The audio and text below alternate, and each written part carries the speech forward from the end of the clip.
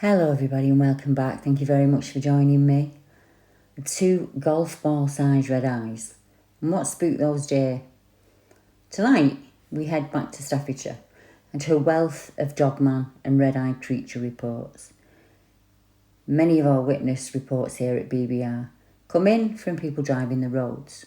Long distance lorry drivers, white van men, all manner of vehicles driven on our roads at all hours of the day and night. In the area where a Bigfoot-like creature was spotted close to Staffordshire services comes another report of a possible red-eyed creature. And to be more precise, the report is of 2 unexplainable red orbs seen in dark woodland late at night. Just 2 weeks after this report came in, I took a report from Stone in Staffordshire of a red-eyed creature, named by the witness the Beast. Now the beast he encountered was of minotaur proportions and had red eyes. It was standing out in the roadway for all to see, with an arrogance emanating from it. Is this the same creature that was seen only last month by our witness? This may be a coincidence, but I also took another report yesterday of a possible minotaur-like creature. All parties in both of these separate cases stated they could not tell if the thing they were seeing was a dog or a black muscular horse. They also said they saw pointed ears or horns on the heads of the creature. I have also been receiving many red eye reports, red eyes seen in the dark all across the UK, and I will be bringing those reports to you in the next couple of weeks. But tonight, let me take you back to the area we all know so well, the infamous Cannock chase, and a lonely stretch of road not too far from the Pigman sightings. Witness report. I'm a lorry driver who uses the same M6 route through Staffordshire. This night, due to a diversion, I had to leave the M6 and take the alternative route past the Dalreddy Cottage roundabout, close to Penkridge. I was driving on the A34, going northbound, and this night was no different to any other, until I wasn't too far from Dalreddy Cottage. As I approached the roundabout, and just after Huntingdon is the sign for the Commonwealth War Cemetery, commonly known as the German War Cemetery, I saw something I cannot explain as I passed the wooded area. It was late at night, approximately 1:15 a.m. on Thursday, the 4th of February 2021. As I was driving, there were dark woodlands and heathlands on both sides of me, and I was startled to see 4 deer that were just standing there, stationary, in the road. And that's really unusual behaviour for deer, and there were other drivers on the road waiting to pass. The deer were herded together just on the other side of the roundabout. They didn't move out of the way, even from the path of an Arctic lorry. In fact, I had to negotiate around them by going on the wrong side of the bollard and taking the lane on the opposite side of the road. I was really confused about their behaviour. That is really out of the ordinary for deer. I wanted to know what had them so interested that they wouldn't move, even from traffic in the road. So I slowed right down and I started looking to where the stationary deer appeared to be staring. After a few seconds, I saw something between 2 trees that were growing approximately 5 to 5 feet apart. I looked at the 2 trees, and between them, I saw 2 red lights. At least I think they were lights. They were the size of a golf ball, around 8 to 12 inches apart. I had a good eye level for where I was sitting in the lorry. I think I was approximately 10 feet off the ground. As I passed the deer, they seemed to break their trance and scatter into nearby woodland. I use this road regularly when the M6 is closed. It's always used as a diversion route, so I'm really familiar with it. I've seen wild animals close to the road before, but I don't know what those red globes were. It could have been eye shine, I suppose. Whatever it was, it spooked the deer out of the woods onto a major road filled with heavy traffic. It was dark and there could have been a serious accident. I think I broke the stare between the deer and the eyes as I drove through. All my hairs on my arm stood on end at that moment. I can still remember that feeling, even weeks later. I went back looking for red lights or reflectors the very next day. I tried to debunk the whole incident. Something must have been there, and I was confusing it with possible eyeshine. I was going to go and measure with a tape measure how high the red orbs were and find what was there. But as I got out of the van, I felt that complete feeling of complete dread, and I thought better of it. It was a sickly feeling in the pit of my stomach, as if I wasn't welcome there. As I drive for a living, I have a dash cam fitted in the cab. Now I checked the dash cam, and it cuts out just before the roundabout, and it didn't come back on until much later, and that shouldn't have happened. It has never malfunctioned before. I went back on the 18th of Feb, and it felt different. I felt no bad feeling this time, just a calmness. There was still nothing visible in front of the tree where the eyes were below that. It was just completely black. In daylight, I should have been able to see the trunk there or, something in front of the tree, but there wasn't anything to mistake for the red orbs. There was nothing in front of the tree. And that's really all I can tell you, Deb. Now, you will hear an extract from an interview our witness and BBR investigator Andy Booth had. Andy and Rob talk in depth about the night in question and the possible causes for the red orbs in the wood. Now, we're calling them red orbs because we don't know what they were. If they were reflectors, they should have been there when our witness went back. Now, I've included a link to Andy's Facebook group and also his YouTube channel if you want to listen to that in-depth interview. Now, after the short interview with Andy, you'll see an area check in the daytime that's carried out by BBR member and fellow YouTuber Glenn, also known as GPE. Glenn went down to the area just last weekend and videoed the route. He also videoed the area the deer was standing in. He also films that route so you can see it for yourself, and he gets out of the van and he films inside the woods where the red orbs would have been. Now, Glenn also found a quarry site at the back there and a possible large print, but I'll let you make your own minds up about that. Glenn will also be investigating the stone beast reports where I mentioned the creature that was of minotaur proportions. So if you have any information that you think may be useful in these investigations, or you'd like to report your own experience, you can do so via debbiehatswell@gmail.com. And if you wish to help out in the investigation, please use the same email. I would like to thank our YouTube members and patrons, because without you guys, what we do here at BBR would not be possible. This week, we have helped 8 people across the country with an experience that they have been struggling with. So, like I said, I was approaching the roundabout where you can turn right to the military cemetery, and it's four days in the middle of the road, on my side of the road. Now, driving a big HGV, you know yourself, if you approach a deer, they generally run off, they're timid, run away, but these were stood there.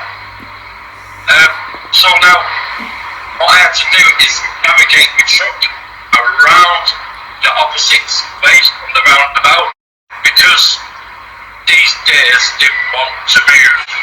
They was just looking, like, just staring across the road. They didn't even turn around and acknowledge me. So, as I come round, I look at the deer, make sure they're not going to run off, because I was not creeping, I was just driving dead slow. And I look across to, like, where they were looking, and I'd say about 10 foot, so where I sit in the wagon, my eyesight is about 10.5 foot off the floor. So when I looked across, it was eye level with me, these two red lights, or what they were more like a light. Have you seen the red glow you get off like an infrared camera? Yes. There was like two of them, like golf ball size, and it was about, I'd say 6 to 8 inches apart. I couldn't see through these two trees where they were. So as I'm passing now at this point, I look in my mirror and the deer's moved. And when I say moved, I've never seen a deer move as quick. Really? The four of them, off to the left and down into the field away. So I carry on with my journey, and the next night, the motorway was shut again. Yeah. So I was doing the same run. Now, at first, I thought these two red lights, or whatever they were, the police put a camera up, no, to catch a couple of speeders. So then, as I went that route the night after, where I see these red glowing lights or whatever, they weren't there. But I could see through the trees. The night before I couldn't. I just put that down to like overgrowth or whatever. But this night I could see through it, and I pulled my truck over because I was going to go and have a look, because I've been into this sort of subject for a little bit now. As I opened the door and I went to climb down, I still get it now, all the hairs on my hands stand up, and I get a sickly feeling. I got a sickly feeling, and a voice in my head is like, get in your truck and carry on.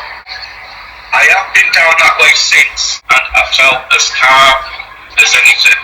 Yeah, but that night there stopped, and I was going to get out to see if the ground moved or anything. I got this awful sicky feeling, and the hairs on my hands stood up, and a voice just said, get back in your truck and drive. Right there, down there, about, I don't know, 200 metres, is the island where Rob saw the deer. So we're going to approach the island. The deer were on the other side of the island, straight ahead, and the red glowing eyes or lights were to the right.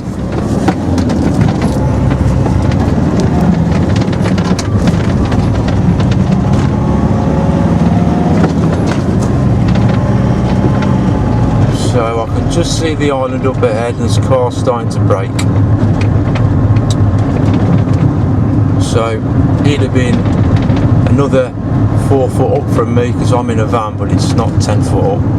So the deer, the other side of this island, by the bollard, there's a lamppost straight ahead. You can see they'd have been between there and the bollards. So he's come round here. The deer are by this bollard.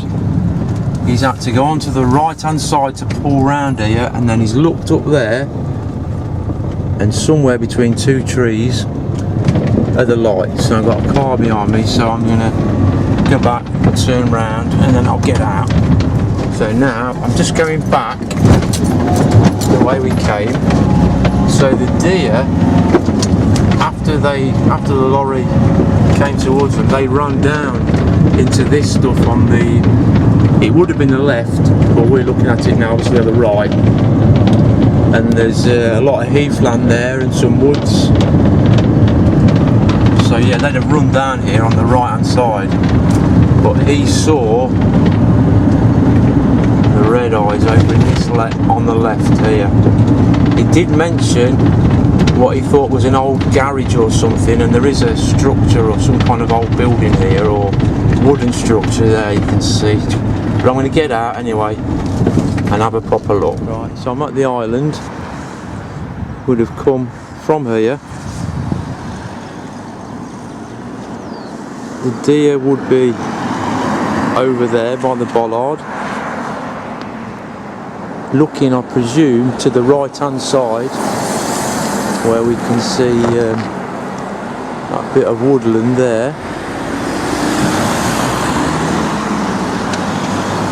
And he came round here. I have to be quick, there's so many cars today, it's difficult, isn't it? The deer, when they did run off, run down here, and there's heathland and distant woods. So anyway, he'd have come to these bollards where they were, and he actually had to bring his wagon round the opposite side to get round them, and then somewhere here to the right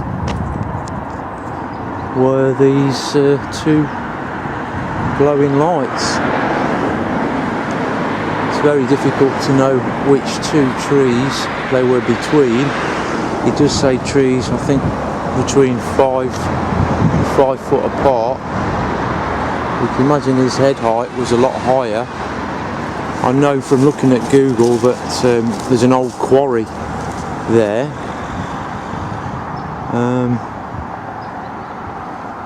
And I've just seen 3 kids coming from the estate from up there, from up that way, coming here. So they're playing in an area where there's possible forest folk, maybe forest folk, I don't know. We'll never know, but it's a fascinating account.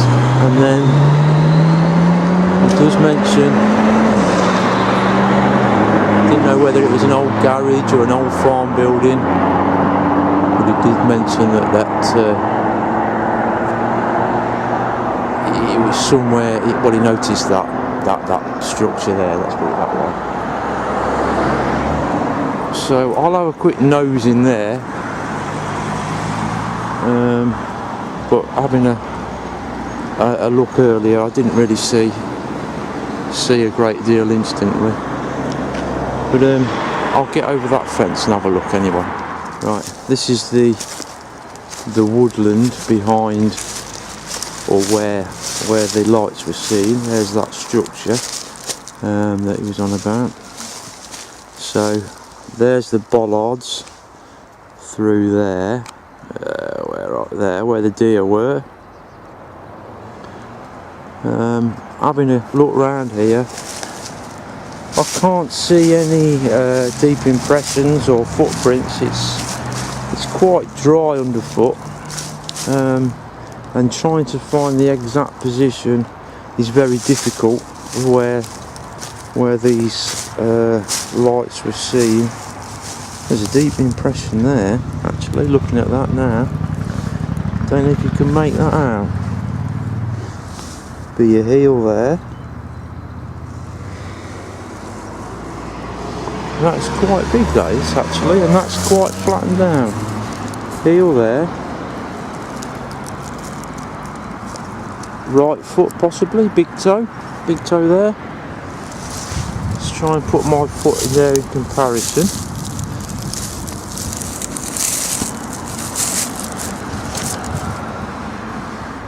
Can you see that? I can see that I can't really see on the screen, it's difficult to know, but that's interesting, that is, I'll be honest. Let's see if I can see anything further ahead.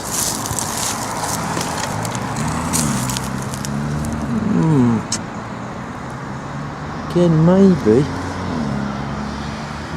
there.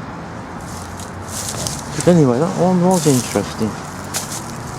And this may be the tree where it was. He did say between 2 trees, about 5 foot apart.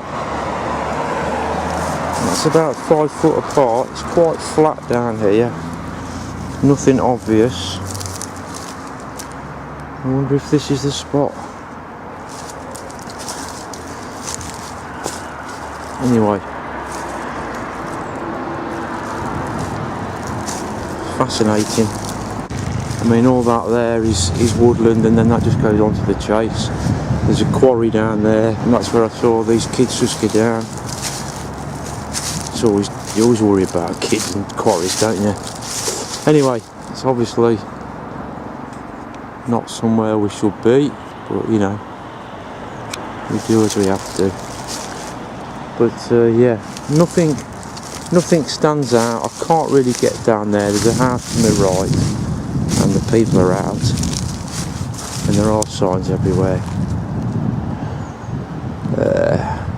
But there's nothing that really stands out apart from that possible print or impression, let's put it that way.